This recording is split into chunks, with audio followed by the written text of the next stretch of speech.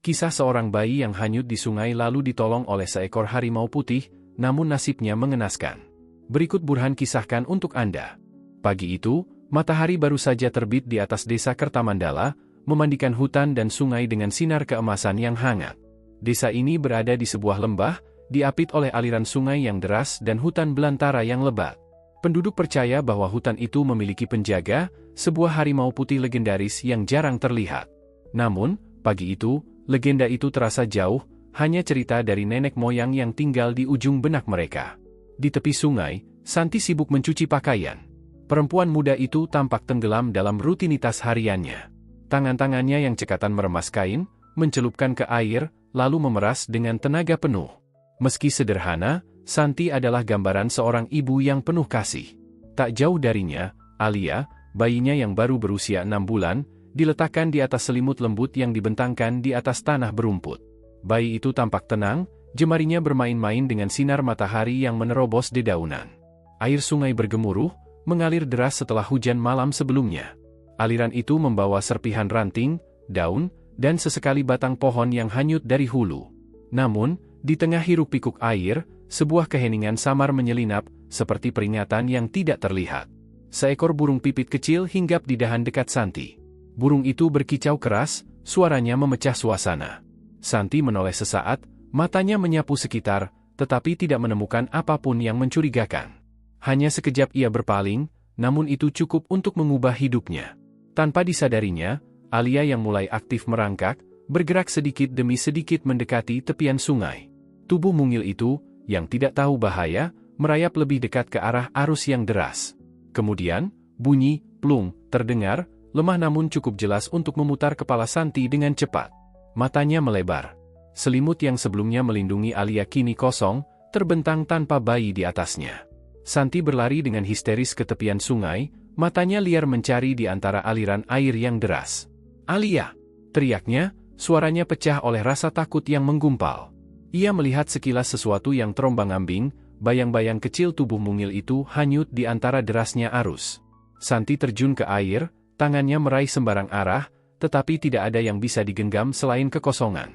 Bayangan Alia dengan cepat menghilang, terbawa oleh kekuatan sungai yang seakan menelan harapan hidupnya. Santi berlari menyusuri tepi sungai, air mata membanjiri wajahnya. Kakinya yang telanjang melangkah tanpa peduli pada bebatuan tajam yang menusuk. Setiap jeritan namanya menggema di sepanjang aliran sungai, namun tidak ada jawaban. Arus hanya membawa cerita tentang seorang ibu yang kehilangan anaknya. Langit, yang tadinya cerah, perlahan berubah. Awan kelabu menggantung, menyelimuti desa dengan bayangan duka. Suara burung-burung pun berhenti, menyisakan gemuruh air yang memekakkan telinga. Di kejauhan, di ladang yang jauh dari sungai, Darman, suami Santi, tidak menyadari tragedi yang menimpa keluarganya. Hanya angin yang membawa isak tangis istrinya, terlalu pelan untuk sampai ke telinganya. Santi akhirnya terjatuh, lututnya menghantam tanah keras. Tubuhnya lemas, tak berdaya melawan alam yang begitu perkasa. "Alia, maafkan ibu," bisiknya, suaranya hampir tak terdengar di antara gemuruh air. Rasa bersalah mencengkeram hatinya, seperti belenggu yang tak terlepas. Namun, jauh dari sana, di sisi lain sungai, sebuah kejadian yang tak terduga sedang berlangsung. Seekor harimau putih yang gagah berdiri di tepian, menundukkan kepala untuk minum. Bulu putihnya yang berkilauan di bawah sinar matahari terlihat kontras dengan kegelapan hutan di belakangnya. Makhluk itu, yang sering dianggap sebagai mitos, kini berdiri nyata. Matanya yang tajam menangkap gerakan kecil di tengah arus, tubuh seorang bayi mungil yang terseret air. Harimau itu mendongak, nalurinya langsung terpanggil. Tanpa ragu, ia melompat ke sungai. Cakar-cakarnya yang kuat mencengkeram batu licin, menahan tubuh besarnya agar tidak terseret arus. Dengan gerakan yang gesit namun penuh kehati-hatian, ia meraih bayi itu dengan mulutnya, memastikan tidak melukai tubuh mungil itu.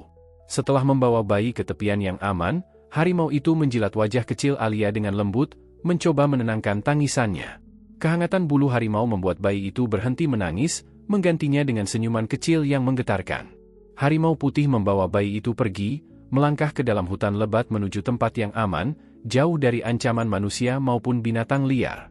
Di sisi lain sungai, Santi tetap terisak. Ia tidak tahu bahwa anaknya masih hidup, dibawa oleh penjaga hutan yang legendaris. Hanya keheningan dan desiran angin yang menjadi saksi duka seorang ibu.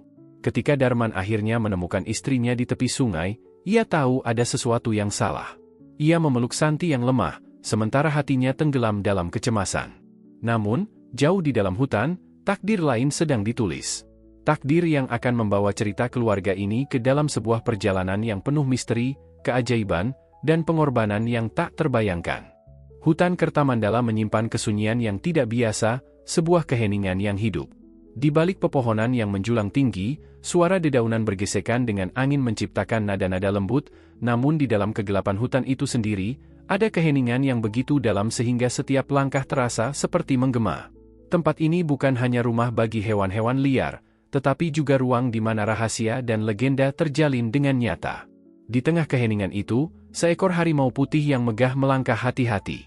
Bulu putihnya berkilauan meski matahari hanya sesekali menembus rimbunnya dedaunan.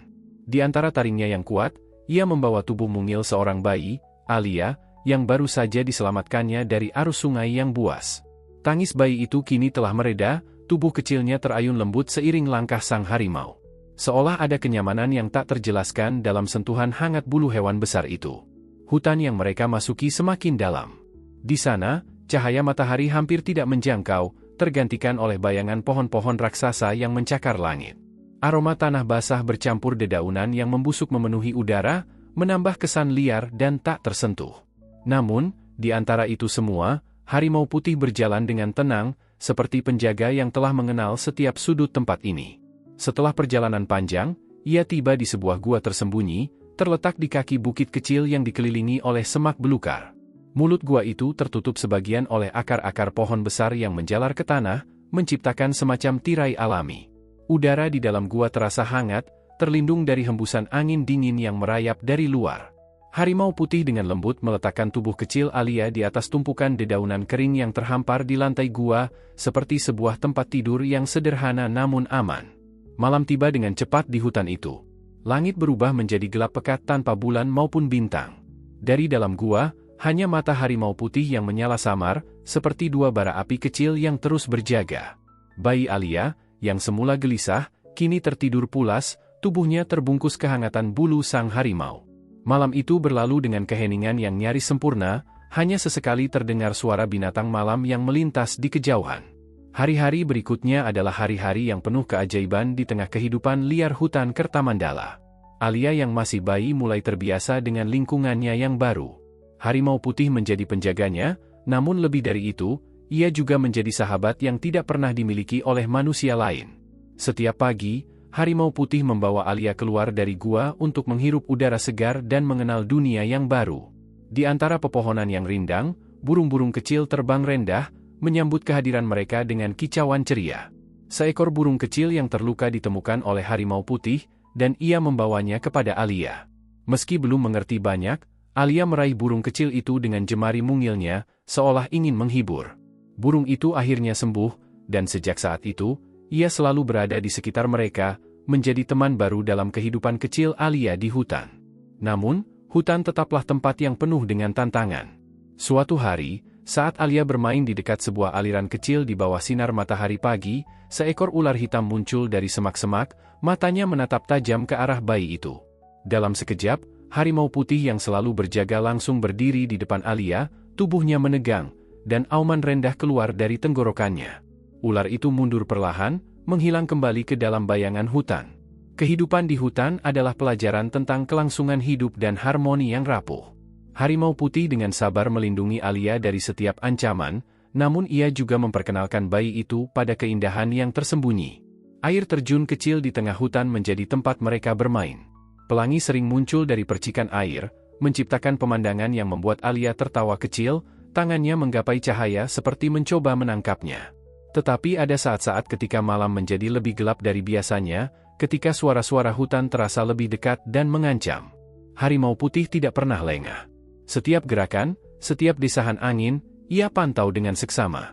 Dalam keheningan malam, ia berdiri tegak di pintu gua, tubuh besarnya menjadi perisai terakhir untuk bayi yang dipercayakan takdir kepadanya. Hari-hari berlalu, dan di tengah hutan yang liar, sebuah hubungan yang tak biasa terjalin. Alia tumbuh, meskipun perlahan, di bawah pengawasan seekor makhluk yang tidak hanya melindunginya tetapi juga merawatnya dengan kasih sayang yang tidak pernah direncanakan. Di tempat ini, kehidupan mereka mungkin kecil dan tersembunyi, tetapi maknanya melampaui batas apa yang terlihat oleh manusia biasa. Namun, hutan selalu memiliki caranya sendiri untuk menguji setiap makhluk yang hidup di dalamnya. Ancaman datang, bukan hanya dari binatang buas tetapi juga dari manusia yang mendekati batas hutan. Ketika langkah-langkah berat mulai menggema di sekitar Kertamandala, takdir sekali lagi bersiap untuk mengguncang kehidupan yang baru saja menemukan keseimbangannya. Malam itu, angin hutan Kertamandala bertiup lebih dingin dari biasanya, membawa desiran yang terasa seperti bisikan dari kegelapan. Langit malam, tanpa bulan dan bintang, hanya memantulkan bayangan pekat dari pohon-pohon raksasa yang berdiri seperti penjaga sunyi. Di tengah hutan yang dingin dan misterius itu, gua tersembunyi menjadi tempat di mana kehidupan bayi Alia telah dijaga oleh harimau putih selama berminggu-minggu.